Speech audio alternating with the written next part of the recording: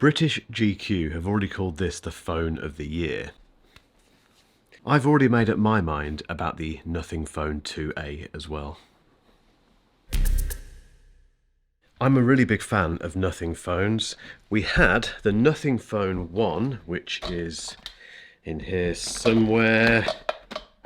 The Nothing Phone 1 in brackets, was a very, very good alternative to the iPhone 13 Pro Max, I think at the time, for a fraction of the price. Then we had the Nothing Phone 2 in brackets, last year, which is this one. Now this was 180 quid more expensive than this one, and that really bothered me, because I was sitting there thinking, is this going the same way as OnePlus? Well, we don't know that for definite, but what we do know is that we've got the Nothing Phone 2A in brackets, and this is, well, it's incredibly cheap. Now this raises loads of questions which I'm going to answer in this video. Okay, let's talk specs and pricing for the Nothing Phone 2A in brackets. It's running the MediaTek Dimensity 7200 Pro 5G chip, and you can choose from 8GB of RAM and 128GB of storage, which is the one that I went for, or 12GB of RAM and 256GB of storage. And they have this thing called the 20GB RAM thing, where you can basically combine the 12GB and 8GB of storage, I think, or maybe the other way around. I don't know. Basically, they somehow get away with claiming that this has 20GB of RAM. It doesn't. It has either 8 or 12. It's running Nothing OS 2.5, which is basically Android 14, and it has a 6.7-inch AMOLED display with 1300 nits of brightness. There's a 5000 mAh battery that promises 29 hours of video playback and 2 days use. That supports 45-watt fast charging, but it doesn't do wireless charging. It's got dual 50-megapixel cameras, which I'll come on to later, and an IP54 water resistance rating. It's designed in London, which is very nice, and, well, it costs 319 quid. Now, if you live in the US, and I know a lot of my audience does, you have to go through the Nothing Developer program to buy one of these. I don't know why, that doesn't seem fair, but that's just the way it is. Hopefully availability gets better in countries like the US, but in the UK, £319, which begs the question, what do you get for that? Okay, confession time. When I pre-ordered this, and yes, this is my own phone, I didn't get it sent by Nothing to Review, I completely forgot to pay attention to the colour choice. And then I realised that I'd got the black one, which I don't think is the best example of the Nothing Phone 2A. So apart from black, you can get it in milk and white, and I think those two colours look fantastic. This one, as you can see, is an absolute smudge magnet, and you can barely see what makes this phone unique, which is all of the exposed stuff going on inside here. It's a bit of a disappointment. They say it's built on a canvas of transparency and that it fuses human warmth with innovative engineering. They also say that the camera housing here is placed inside the NFC coil, and they've done that apparently to create a new icon. And to be fair, it is very iconic looking. It's a classic Nothing thing where we've not seen anything like this before. They call it the eyes, which makes sense because it looks like a pair of eyes. Then they go on to say that behind these eyes is a hub of intelligence that powers the phone like a brain. They then go on to talk about the visible, flexible printed circuits, which aren't that visible on the black version, unfortunately, but I'll try and get some footage so you can see what they're referring to. Apparently, these visible, flexible printed circuits draw inspiration from, and I hope I get this name right, Massimo Vignelli's New York subway map. That is apparently what they're designed to look like, which is lovely, but then when you bear in mind that this was apparently designed in London, why isn't it the underground? Then they tell us about the industry first 90-degree infinity back cover, which apparently to assemble they had to use an innovative dual compression and injection process that this is so hard to read. An innovative dual compression and injection process that enables a thickness ratio of 2.2 to 0.8, thickest to thinnest, compared to the industry standard of 2 to 1. I have no idea what any of that means. This is classic Nothing. They just talk about all of this design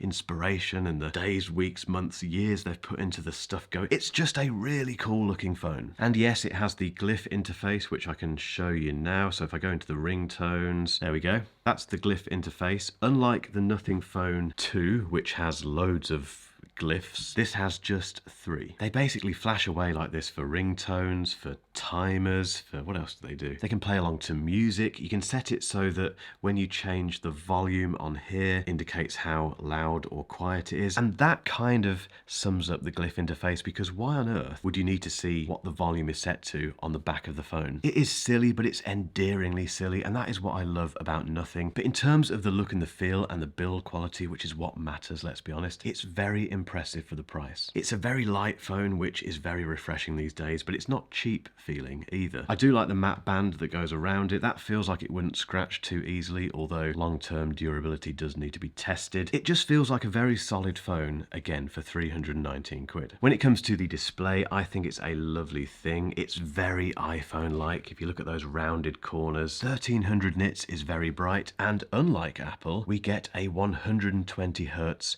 dynamic refresh rate, which you do not get with the non-Pro iPhones. But let's talk about performance.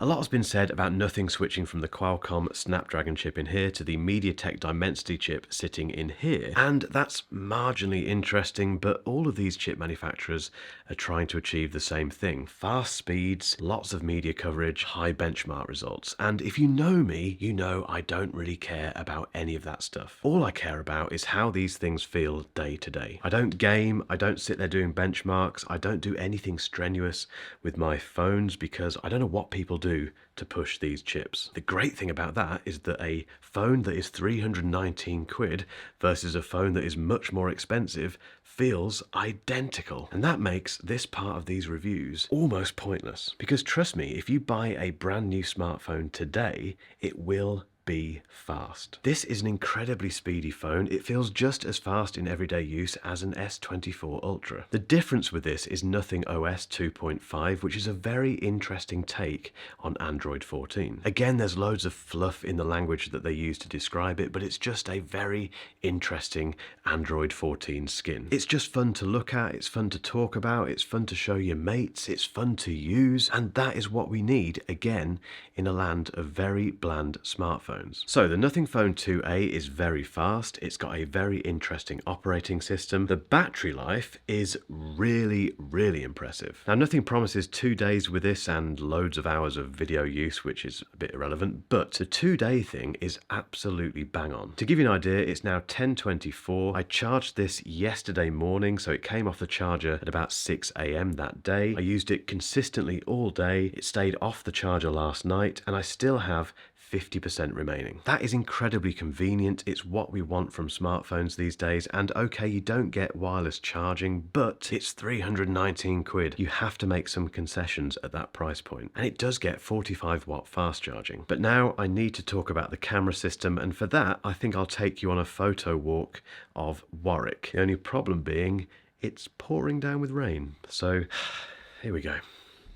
Now this does mean I get to check out the selfie camera. So this is a 32 megapixel unit that tops out at 1080p. You can't record 4K on this and just got wet, brilliant. I've not done anything to the video. As always, you're hearing the video and the audio as it comes out of this phone. And also, being wet, it means I get to test out the IP54 water resistance. When it comes to the main camera system in terms of video, that does shoot up to 4K at 60 frames per second. It's got image stabilization and all that stuff. I think it's pretty good. And again, we're getting to a stage now with smartphones where they're all getting towards the iPhone levels of video performance. And that says a lot about a phone that costs 319 quid. Moving on to the photographic capabilities of the Nothing Phone 2A, it has 2 camera systems. They're both 50 megapixel. One is the standard zoom and the other one is the ultra wide. Just like every smartphone manufacturer, Nothing has given its computational photography a name, which is the True Lens engine. What's interesting about this one though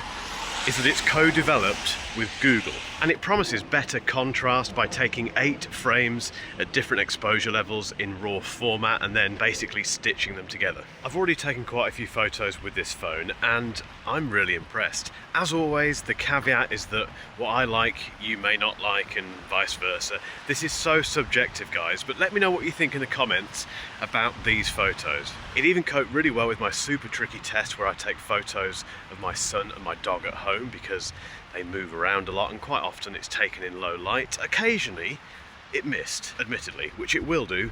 It costs 319 quid, but it got it right more often than not. But I have been impressed with the overall image quality. Now, you do make some concessions at this price point, so for instance, it does take a little while to process the photos. When you take a photo and then go straight back into your camera roll, there's a bit of processing time. That's fine, you can deal with that. The optical zoom doesn't exist, so everything beyond 1x is digital. 2x is fine, it does a pretty good job, I think. 5x is not great, and 10x is basically pointless. But again, at this price point, you have to make those concessions. There's no macro mode either, but then again, how often do you take macro photos with your phone? I think the Nothing Phone 2A demonstrates what the Pixel has always done, which is that you don't need loads of fancy stuff. And yes, I know Pixels these days have AI everywhere, but at the heart of the Pixel is a camera system that hasn't really changed in terms of hardware for many years, because it just works. And I think Nothing has reached that stage where their camera system just works. It's reliable,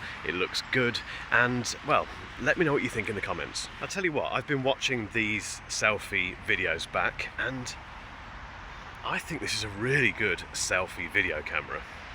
Again, what do you think? Let me know down below. I can only apologise for the lack of blue skies. I live in the UK, and finding, well, nice weather to do these phone reviews is really difficult.